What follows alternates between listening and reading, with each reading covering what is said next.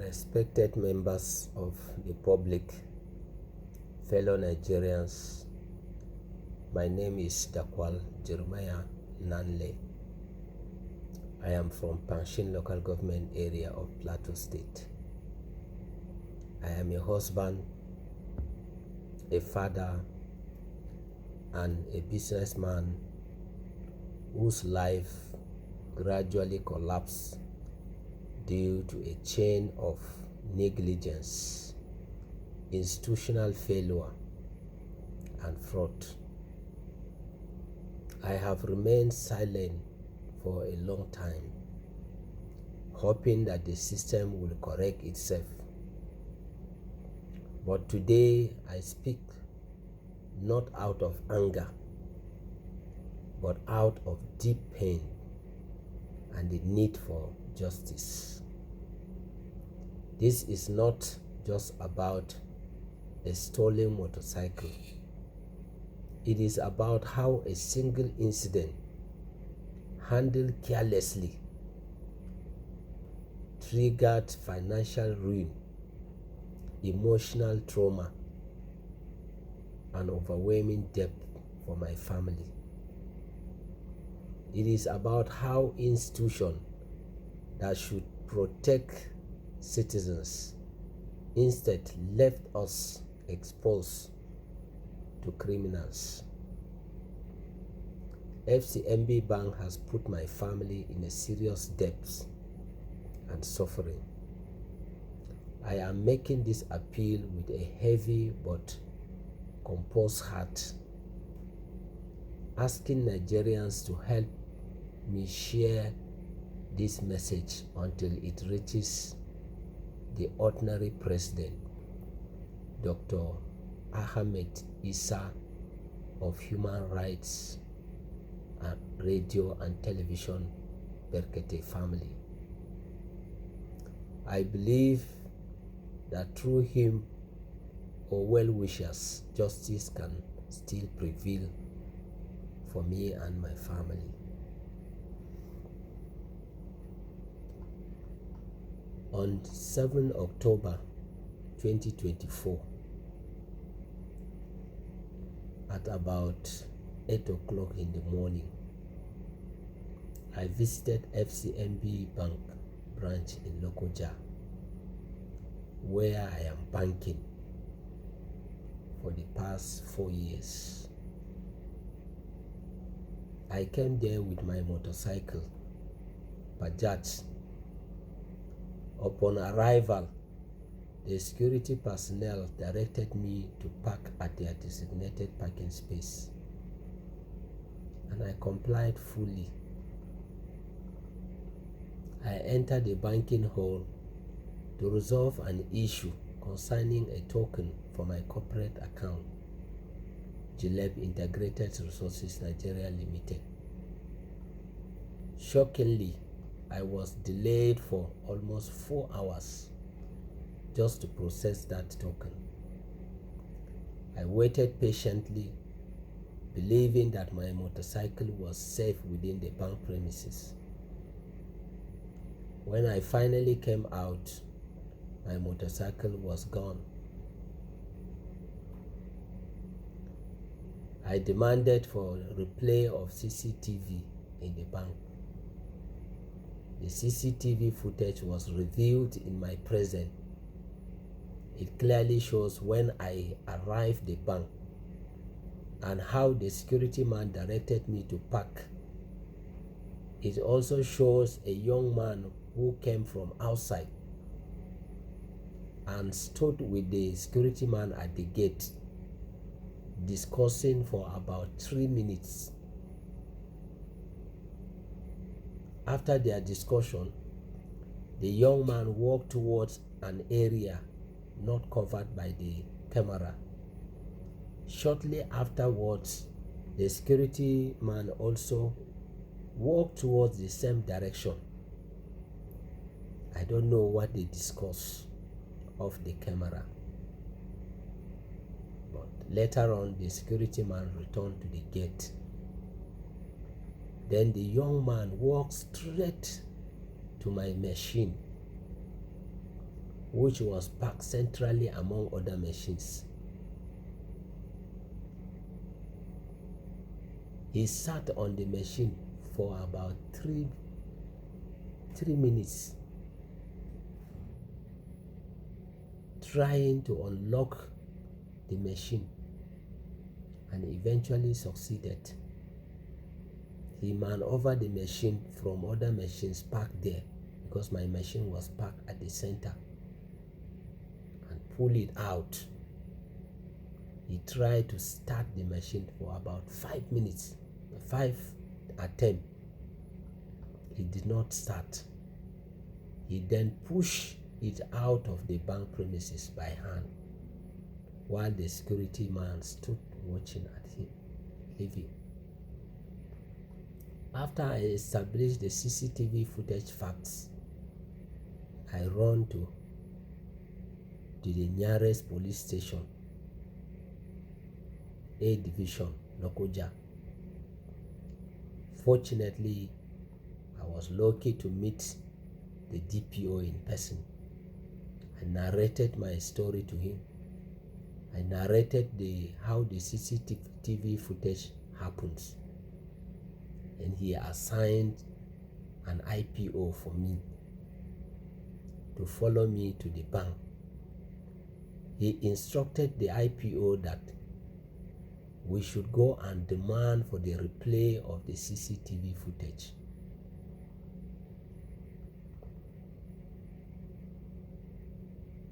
When we returned to the bank, the officer, my IPO, noticed someone placing a signboard that reads "Vehicle Park at Owner's Risk," which was not there when I parked the machine there earlier. The officer quickly pulled out his phone and snapped the person. After we reviewed the CCTV footage with the police officer, then he called the DPO and narrated the CCTV footage to him, and the DPO requested that the security officer should be arrested.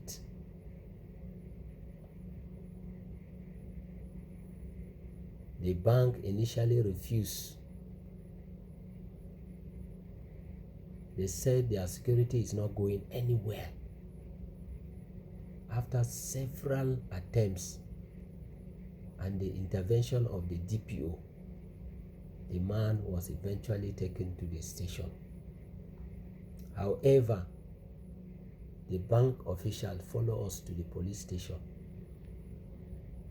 and demanded to see the DPO in private. I had a closed-door meeting with the DPO, which I was not there. After their meeting, they came out and they passed. They were even mocking at me when I was sitting there. I waited for some time. I was even expecting something good from the DPO, but he said that I should go while investigation would continue. Nothing meaningful come out of it. I began to feel unfairly treated. My case was not handled with neutrality and seriousness. Instead of justice, the matter appeared to be suppressed by the banking officials. When nothing meaningful come out from the investigation, I was left alone to deal with the consequences. During this period, I became extremely vulnerable as I desperately tried to recover my motorcycle, because it was my main source of support, both for my wife's business and also for my farming business. In my desperation, some people took advantage of me. I spent almost 200,000 naira chasing leads and paying individuals who claimed they could help me recover this motorcycle. Even my bank official at FCMB Bank, my account officer, at FCMB Bank, he took advantage of my situation and collected money from me. He claimed he wanted to help me get a loan that I can secure another motorcycle, because I had earlier told him that I have a farming investment of over 3 million naira in the bush. I don't want that investment to go, because if I don't have machine, definitely the possibility of cow to destroy my farm is very, very high. So he made promise that he is going to make sure he secure me a loan that I can get another machine. At that time, the same type of machine was selling for about 1.8 million naira. So replacing the machine was far beyond my financial capacity. And without the motorcycle, I could not effectively manage my farm,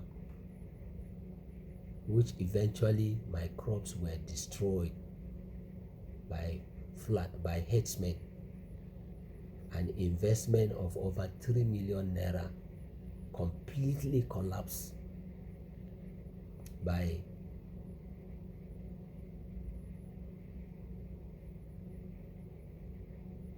investment of over 3 million naira with what began as theft of a motorcycle completely collapsed my major source of livelihood. In my vulnerable state, a neighbor introduced a business opportunity to my wife called Forstmann and Bodenfors, F&B. We invested some little money into the business,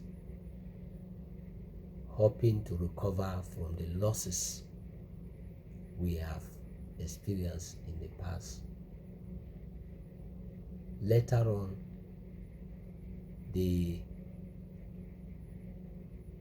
a pastor who was promoting the business in Lokoja through our upline leader told us that he had gone to the mountain to pray, and that God revealed to him that the business was a genuine one. In addition, the company opened a physical office in Lokoja and officially launched it at an event attended by government officials, security agencies, and traditional rulers. Most of them pay a lot of money that they invested in a business.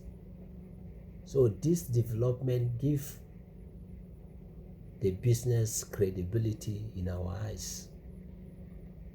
Convinced by these assurances and public displays, we borrowed money from different microfinance banks up to total sum of 7 million naira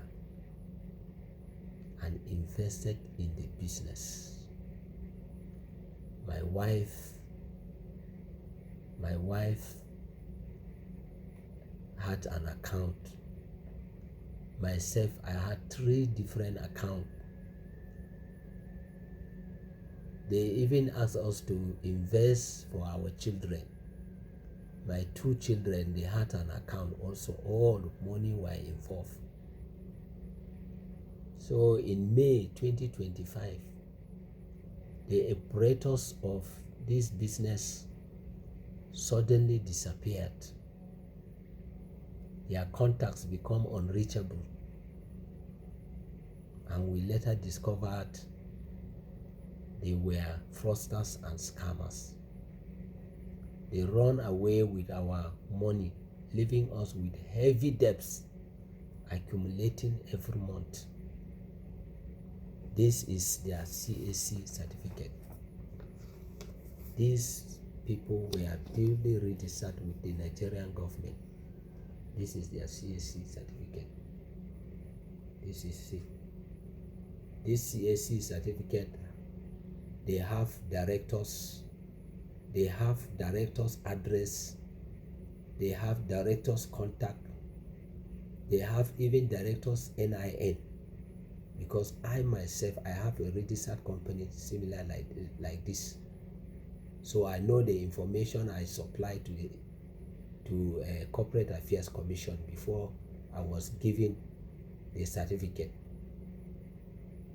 But no form of trace. Nigerian government cannot even help us deal with these people.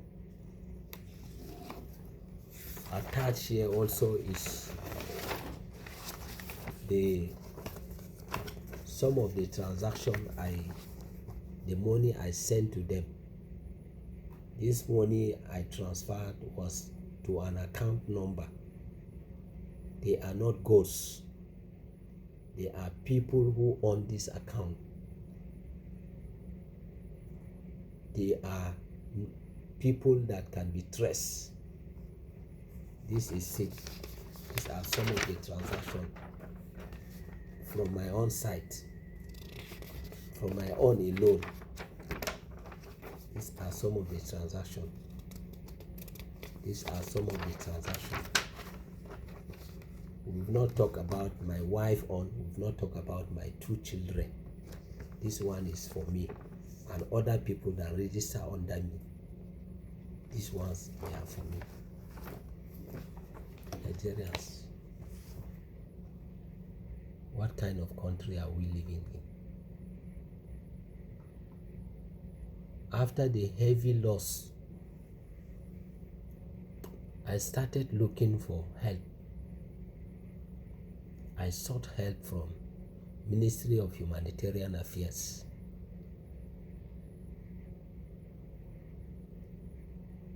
Under the leadership of Professor Nentawe Ushwe Yilwera, who at that time headed the ministry and happened to be from my own side, Plateau State. I approached the ministry through him by phone, through a text message, and he responded. I approached this ministry believing it was established to protect vulnerable citizens like me, victims of economic hardship and fraud. I expected compassion. I expected structured intervention, or at least proper guidance. Instead, I experienced what I felt like negligence and indifference. It was deeply painful that a ministry specifically created for humanitarian response and poverty reduction did not provide any meaningful support in cases like mine. Even more painful was the fact that the minister came from my own side. If someone from the same background could not ensure a distressed citizen was heard and assisted, then what hope does the ordinary Nigerians have? The referral I received led nowhere. No structured follow-up, no proactive mechanisms, no relief, it felt like the system exists in name, but not in action for citizens truly in distress. I also turned to a church where I was an active partner when things were moving fine for me. During this period of mental and emotional breakdown, instead of receiving counseling, guidance, or support. I was completely neglected. When I needed spiritual and emotional covering the most, I was left alone. Counseling at that time could have helped my situation. Words of encouragement, pastoral guidance, or structured support could have prevented the depth of depression I entered. Instead, I felt abandoned. The place I once served and trusted did not stand by me in my darkest hour. The financial pressure and emotional trauma pushed me into severe depression to the extent I almost ended my life. Only my wife's encouragement keep me alive to this day. We sold personal belongings, even peoples that kept their farm produce in our possession because of the trust they have on us.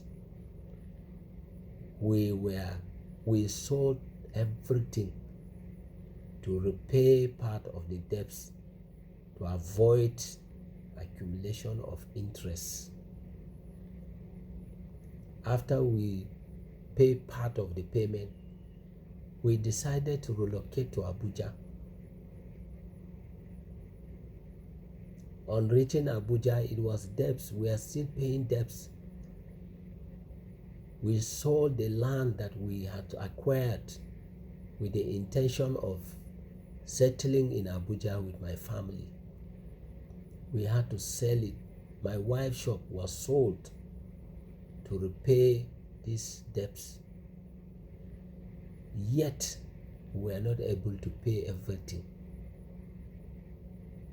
As I am talking to you now, in the next 3 years, I have not finished paying debts on my head. So in December 2025, after arriving Abuja, a friend advised me to approach the Berkete family with this case, that they will help me get justice. I submitted my complaint at Berkete family that same December. My case was approved by the ordinary president on the 30th of December 2025 through Auntie Adizat. So when Berkete family through Sir and Def called the police officer, my IPO in Lokoja, to confirm my allegations, which he confirmed that my allegations were true. That very day is the day I started receiving threatening calls,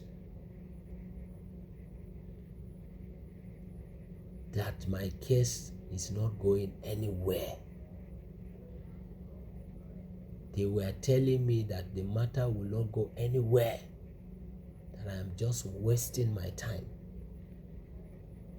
pursuing the matter. That is what prompted me to do this video. I felt my life is no longer safe. They use unknown number threatening me even with juju. And that is why I resorted to doing this video.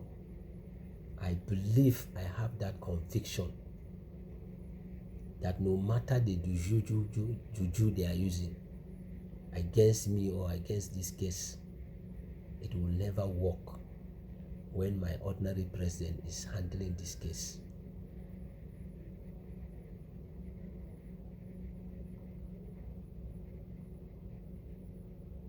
So I did not do this video because the case was not properly handled. Please, for those that, especially Sir Oman Def and Auntie Hadiza, I appreciate the role you play.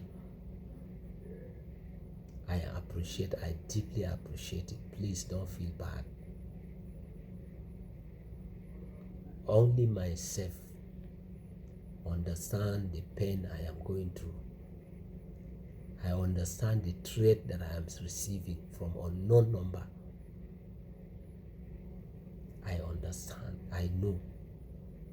Nobody understands it. I am the one that is passing through these challenges. Please, if you feel bad, I am sorry. Understand me. Understand me.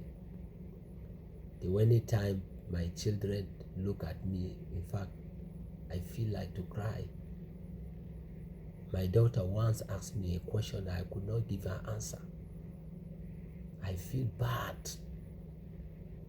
I feel bad. With me here is my letter of complaint to the Berkati family. This is my affidavit.